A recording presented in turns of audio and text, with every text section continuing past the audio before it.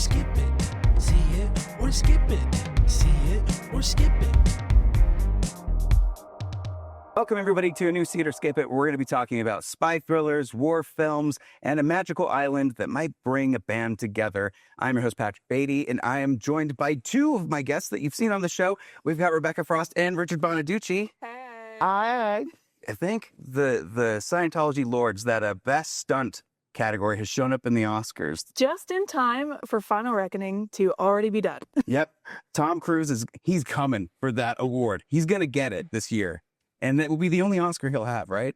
No, they're not doing it until 2027. Oh no. Yeah. Oh no. So Mission Impossible franchise is going to keep going then. At least one more time. It's got to be for Tom Cruise. Join it for one last time. One last time. Hey, Richard, we saw Minecraft last week, right? Yeah, and you yelled at me about it. We talked about spoilers a little too hard, but I forgive that.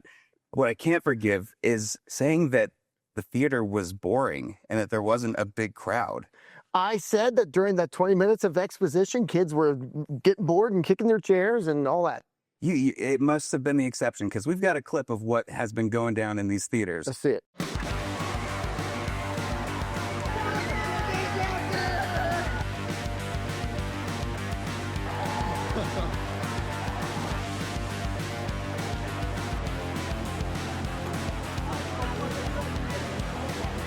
Stop it.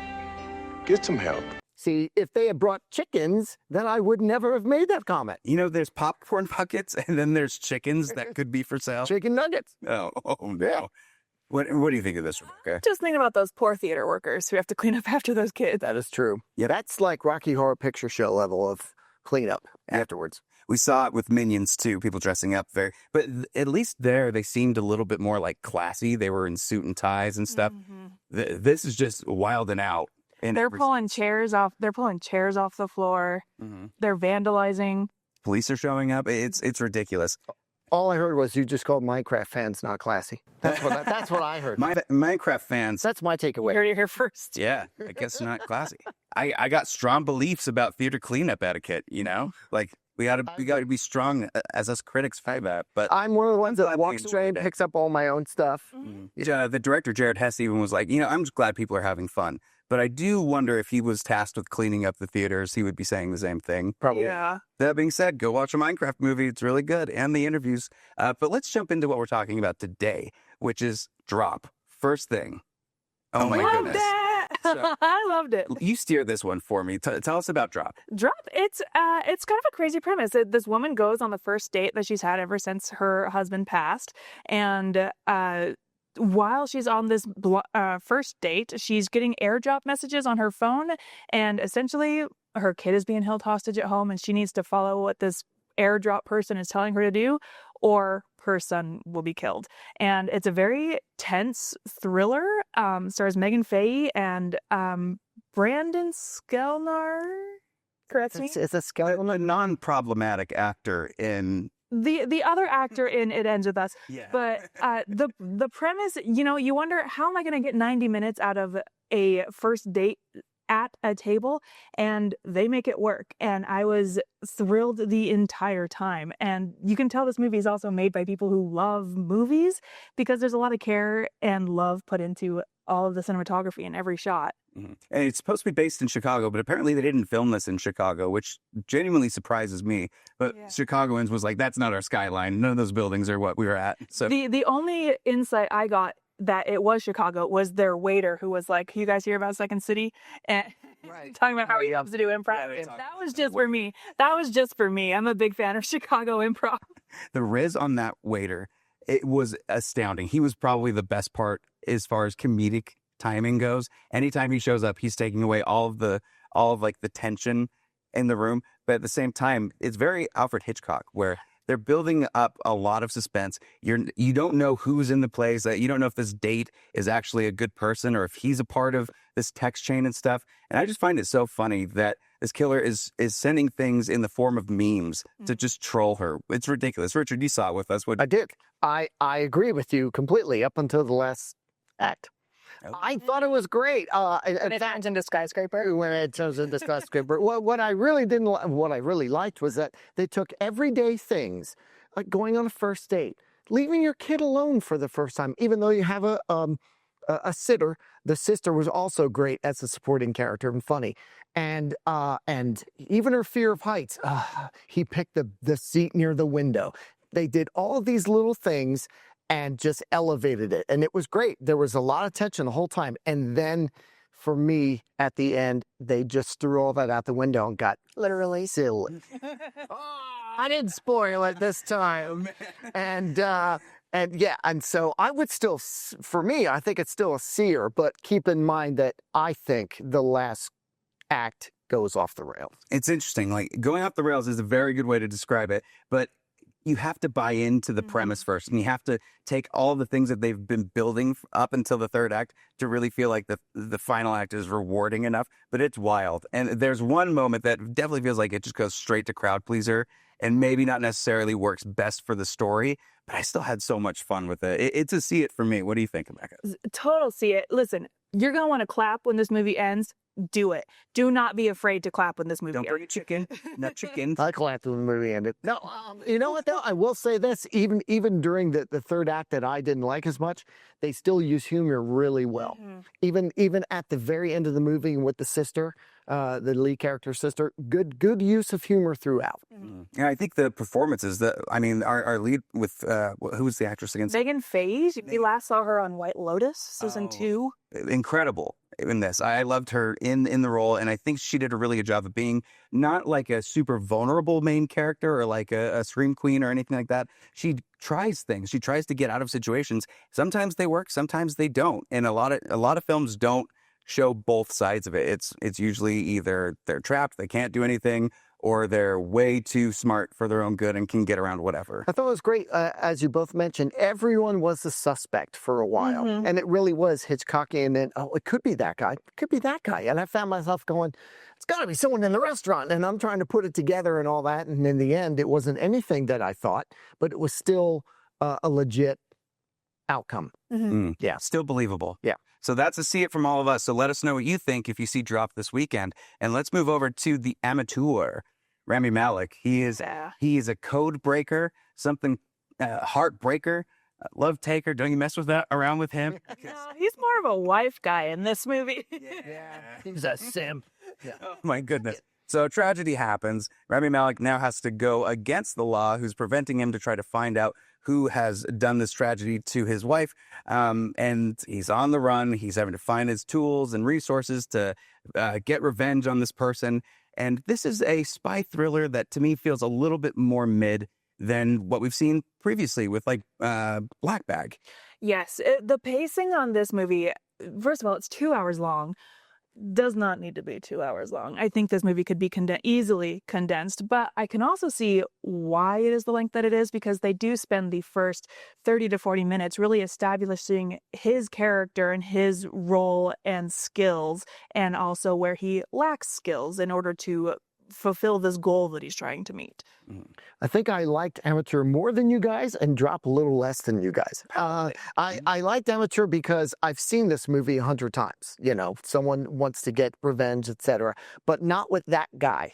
Not with that guy who couldn't, I believe one of the guys says, couldn't beat up a 90-year-old nun. I think is what he said. He very specifically cannot shoot a gun. And he can't shoot someone from a distance and just get it done. But I liked that they took all of those usual tropes and flipped them.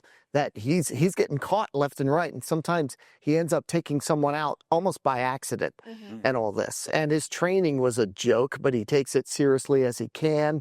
I like that in the end he relies on his strengths at being a nerd, etc. What I didn't like was that even at 2 hours, still some of it happens off screen. Yes. Well, what's so funny, because I would say about 50% of this movie happens on computer screens. Absolutely. Yeah, there's a lot of looking at phones. It's a very 90s spy thriller where most everything is going through, like, we're going to show how we went through the interwebs and we went into the WWWs, and it's filmed that way. Like, it feels like a 90s style for it. And it's clearly like up in like present day or maybe in the 2010s or something. Yeah. The other issue I had, we've got a supporting cast that I think is pretty stacked. Lawrence Fishburne, John Bernthal. But John Bernthal, I feel like he did the film a favor, showed up at the beginning and then showed up at the end. And I wanted so much more with. He was just there. He just showed up on set. I am doing a cut a lot to cut it down to 2. I was very surprised he was barely in it. Then he shows up at the end and hardly does much. I'm like, oh, he's back. Oh, no, he isn't. You can call it subvert expectations to say, oh, well, he doesn't show up in the end. I just call it probably bad writing. Like, that's a really good tie-in to bring him back, especially because there was setup at the beginning, and now I'm going to spoil stuff, where he said he saved his life at one point. So you would think narratively that would come back around, but it doesn't really. He just kind of goes, you should stop, and then he leaves. Yeah, it's almost a little too predictable where someone is always 2 or 3 steps ahead, and it kind of takes the fun out of the big climax of the movie because you kind of expect Rami Malek to be 2 or 3 steps ahead, and he is. Mm-hmm. But when Bernthal shows up, you also sort of expect him to take over, and he doesn't. Mm-hmm. And I was like, okay. He more shows up for like a pep talk. He does. He does. Yeah. And Michael Stuhlbarg, who is really in it for the shortest amount of time. I love that actor. I don't know why he's not featured in more films, but he's really definitely more kind of a nothing sandwich character kind of guy. Yeah, I mean, for Black Bag, I wasn't necessarily confident on maybe people seeing it in the theaters because I didn't think it brought enough action and work for that. So if you're looking for action and stuff for the spy thriller, it might work for you. But to me, I think it's a lesser film too. So for me, it's a skip it. Also, totally like their big pitch is see it in IMAX. Why? Not a huge We all saw it in IMAX. Can't tell you how. Doesn't really did anything. the film. Yeah. Mm-hmm. I would see it, but I wouldn't feel a need to see it in IMAX. Mm-hmm. Yeah, I skip it, honestly. I did not really care for it that much. All right. Well, that's it for The Amateur. Let's move on to Warfare, because this is going to be one that I will be seeing again once I get really good sound in my home theater. Well, I didn't see it, so convince me. Oh, okay. Oh, my goodness. Well, I'm going to have a difficult time because I consider this movie a skip it. Ooh, but interesting. Yeah, but essentially the premise is Ray Mendoza teamed up with Alex Garland to recreate his memory of his time serving in Iraq in 2006. Okay. And the film takes place over an hour and a half of his experience trying to be extracted from an active war zone. And it's all taken from memories. And it's all taken from memories. Every single character on screen is inspired by a real person that was there. Okay. And it's gory. It's Iraq in 2006, so you kind of know what to expect. Not a whole lot happens, but it is very tense and thrilling the whole time. But apparently it's loud because we want a good extremely loud. And that's the thing, the sound design in this, it's very familiar to what we saw. I think it's actually been a year since Civil War came out, which this was kind of filmed back to back. But with Civil War, the sound design was one of the best parts of that movie. And much like Civil War, Warfare does not try to make this a political statement. You don't really know what side anybody is on in this, and they don't really give you a lot of each character to know who they are. This is an event that happens, and you're thrust right into it, and that's the entirety of the film. Much like the beginning of Saving Private Ryan, but we're going to stretch this to an hour and a half runtime. The sound design, people in my theater, when something happens, I'm usually the one to jump at like the ridiculous jump scares. The entire theater like almost sat up in their seats. It was crazy how well the sound worked for the audience. Yeah, they were doing some really fantastic stuff with sound design in that movie. Well, you sound like a see it, and you sound like a skip it. I think for your money's worth in a theater, this is absolutely a see it, because some people want to go to have that kind of visceral experience, to feel immersed in something. And whether or not the story really works as far as like giving you compelling reasons to follow these people or know who these people are, the event itself is kind of incredible. If you're going to the movies for technical aspects, totally go see it. I personally love more of an emotional aspect and a lesson to take away from a movie. Okay. And there's not really one with Warfare. The thing I struggle most with this movie is the why behind it. And I'm not here to tell anybody, like, you know, don't make art, because art doesn't necessarily have to have a why, but I left feeling pretty disappointed. It might be something where the theater is like the strongest place for it. And really, like, if you're going to check it out anywhere, it should be like with the impressive sound just for that side of it. But I agree. Like at the end of the day, if I see this up on Amazon Prime, I don't know if I'm going to be clicking to it to rent or own. Maybe after you get a sound bar, I'll come over. Okay. I'll get myself a real good All right, Vizio. okay. That's right. On the cheap. So let us know what you think about Warfare if you get a chance to see it. And finally, let's move on to The Ballad of Wallace Island. Now, this had come out in March 28th, and we, for some reason, did not get to have this until this week. It's now finally in theaters. This is about a rich man that won the lottery and is now doing everything he can to try to bring back one of his favorite bands, Mortimer and McGuire. This is Carey Mulligan, Tim Key, Tom Basden. And this is what I would describe as like a warm hug of a movie where it's very soft, it's very kind, and it embraces something that I love in music-related films and stories where they're showing you the power of what music can have on people's lives. Have you seen it? I have not. This is kind of the opposite of what you were just saying about Warfare, where there's not a lot of like action and this and that, but it is all story. It's all why, really, right? And it's really good. I feel the same way. It's a quieter movie. It's very subtle. Even the humor is subtle. It's Very dry great. humor. It's great, Love. but it's very much. Wait, did he say what I thought he said? Yep, you have to kind of listen. And what I also really liked about it was it leaves some things open for you. It doesn't feel a need to tie up every loose end, and that's life. Oh, I like when a movie's open-ended. It's, well, I wouldn't even say it's open-ended necessarily. There are just parts of it that you don't know where that goes.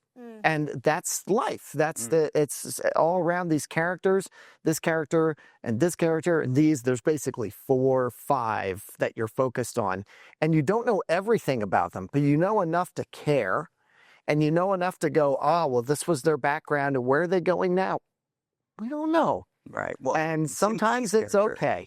Tim Key's character is the big mystery, right? Yeah. Why is he on this island? What is he doing with these two people that seemingly aren't happy to be there with each other, let alone with this random stranger on an island of 2 people, maybe? Yeah. But it's so funny. Tim Key is the heart of the film. I think Carey Mulligan is great. I love the music. Apparently, there's a whole album out on Spotify. I was thinking there should be. Yep, they put that out. And Carey Mulligan is a fantastic singer. If you've watched Inside Llewyn Davis, she's incredible in that. She sings alongside Justin Timberlake in it. It's Oscar Isaac. It's a Coen Brothers film. I always got to shout it out when I can. I do have a question. Is her husband Mumford of the Mumford & Sons involved? I don't believe so, but I think they give a little bit of a shout out in the interview that we have with them. Cool. Yep. But anything else that you're thinking with Ballad of Wallace Island? I think there's so much we could talk about with it later. It's nothing I want to spoil. I just want people to see it. I think it's really good. I think it's one of those movies that you go in thinking it's going to be one thing. And it is that. It gives you that. It gives you what the trailer promises, but it's so much more too. And that's usually the opposite. Usually I get exactly what I saw in the trailer. And they spoiled it, but they don't in this.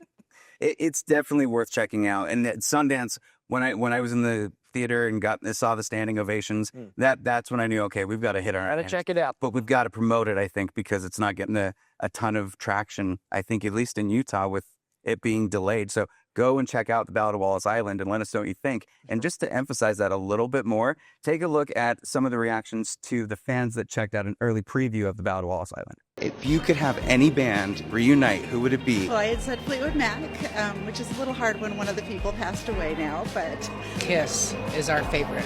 Wilson Phillips. Tom Petty and the Heartbreakers. Karen Carpenter. Rage Against the Machine.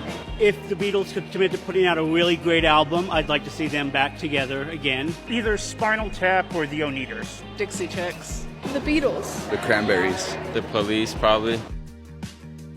Heartwarming, hopeful.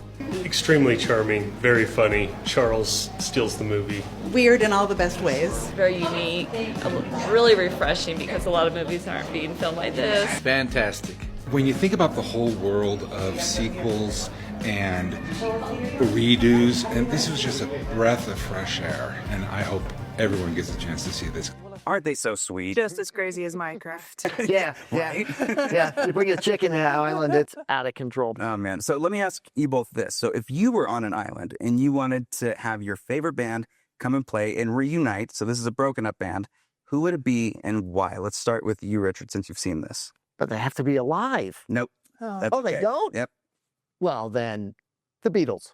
Beatles. oh really? I never got to see them, obviously, and 2 of them are dead. So if we're on this mystery island where anything happens, sure. Beatles. Plus, it would work great in their setting. It's not like a huge stadium. Sure. They're just sitting there doing acoustic stuff. That'd be great. It'd be beautiful. I love that. Rebecca, what do you think? Well, so for me, I have a whole list of bands that I wish I could see, but could never due to them passing or breaking up. I do, however, get my second chance because now Oasis is on tour, and I have tickets to see them in Los Angeles. And I never, ever in 1,000 years thought I would get to see Oasis. You live in your own Charles experience. So I'm living my dream. But honestly, that's why I would pick. I would love to get the brothers in there, and hopefully they can be cool. But Yeah, I was going to say, yeah. They got to stay cool because there's nowhere to go on this island. Gallagher Right. For me, I thought about this, and I'm going to agree with one of the folks that I got the video from, Rage Against the Machine. I know that they have come back and they have gone away. And a nice acoustic set from Rage Against the Machine. Well, do you remember when they tried to play in Spanish Fork in Utah? Yes. Yes. And the people that arranged the whole thing had no idea who they were. Mm-hmm. And so when they went on stage, people were horrified and the police came, and did they have to shut it down too? Yeah, I'm Just pretty like sure they shut Minecraft. it down. Just like Minecraft. Chickens and no. Rage, yeah. So Minecraft, Chickens, and Rage Against the Machine. That's going to be Sounds the like name your perfect day. Yeah, that's my time. That's your island. Oh, man. Well, with that said, let's go ahead and wrap this up and get to the interviews with the cast of Ballad of Wallace Island. But let's tell the people where they can find you, Richard. Fridays on iHeartRadio 106.7 with Hooker and DB in the morning and here on occasion. Yes. And Rebecca? Every week on Geek Show Podcast or Twitter and Instagram at EUGrossRebecca. Thank you both for coming on. This was so much fun. Thanks for having us. We have to really delve deep into this. But make sure that you check out More Seat or Skip It on abc4.com. Just click the shows tab and you can see our interviews, more reviews, and news. And with that being said, let's get to the interview. Well, I'm so excited to be able to talk to all of you. I saw this film back at Sundance, and I can genuinely say that it's my favorite one of the year. Oh, thank you. Thank you. I love the heart. I love the message in it. And I think watching it, the question that came to my mind is one that I'm thinking many viewers are going to have. So I'm going to pose it to you. If you were on a desert island or on a beautiful, luscious island, and you had your favorite artist be able to come and do a private show for you, who would it be, and what do they mean to you as far as impact goes? Yeah, that's a very tough question. Crosby, Stills, Nash and Young. And the reason is that I was slightly obsessed with the Woodstock performance and the harmonies. And also it was an album that let's just say there was a kind of a love affair that took place listening to one of their early albums. And so it's very evocative to me. You're not that old, are you? That was 1970. Well, no, but, we listened to it. Okay. Yeah, it's like, it takes me back to a very happy time. Let's put it that way. Right. My favourite female voice in the world is Brandi Carlile right now. So if Brandi could just come and bring a guitar and sit down and sing me songs, that would be heaven. I mean, she probably would if I asked her. Well, Yeah. Marcus would do it. But, You could ask Marcus. What was rehearsing like for Carrie and Tom when it came to the songs? Did you have a lot of prep time before? Was it kind of more on the spot? It was more on the spot, I'd say. We didn't have a lot of prep time, but we had the time to sort of go through the songs a bit and play them together and sing them together. I think we sort of both were into the idea that we would sort of try and create something that felt quite authentic and that felt like these two people genuinely hadn't sung together for 10 years, you know what I mean? And so, like, the fact that they were being reunited... That's convenient. Well, it was... but it's quite nice that we were sung in 10 years. Yeah, but we didn't want it to feel over-rehearsed. At all. It didn't feel over-rehearsed. If anything, go the other way. Yeah, there had to be a sort of baked-in rustiness, didn't there? Very baked. Yeah. Tim, I got to talk to you a little bit before the film at Sundance, and man, your character and your performance is so great in this. You're absolutely at the heart of the film, but in a lot of ways, your character can kind of be insufferable. Like but in an adorable way. I don't know how to word it. Yeah. And so the question is, how do you toe that line between you're not necessarily like jabbing the audience because everybody's sympathetic to to Tom at that point. But Yeah. what was it like working on that character? Yeah, well, I think I was sort of born to play it. I kind of have played variations I of knew it. it was going to come out wrong. Yeah, I was no, trying to get it's that come out question absolutely good. perfectly. Yeah, I just kind of had a sense that I should just throw myself into that. I mean, that was the balancing act, to create something that would be annoying to the other man on screen, but not annoying to the audience. And that was the fine line. But in fairness, I kind of didn't really need to judge it. I just threw everything at it, and then Griff could sort of manage it slightly. And then in the edit, you can also decide when you can pare it back a little bit. If it bled out into the audience that it's tough to watch this guy, then we've done it wrong. But I think the balance is about right. I mean, when I watch it, I like the guy, but you wouldn't want to. You wouldn't want to be in close contact like his character. You've got to understand why Herb finds you difficult to deal with. Yeah, totally. It never occurred to me. I mean, having worked with you for a very, very long time, it never occurred to me that Charles would ever be sort of annoying or unbearable for an audience. Because I feel like I just know exactly like how good you are at sort of judging how to kind of like work through this sort of that character, and it's so lovely. I find it genuinely very moving when I watch the film and watch Tim's performance. It's one of the most wholesome performances ever, and I loved it so much. Thank you everybody so much. It was great to meet you. Can't wait for everyone to see this. Thank you. See it or skip it. See it or skip it. See it or skip it. See it or skip it. See it or skip it. See it or skip it.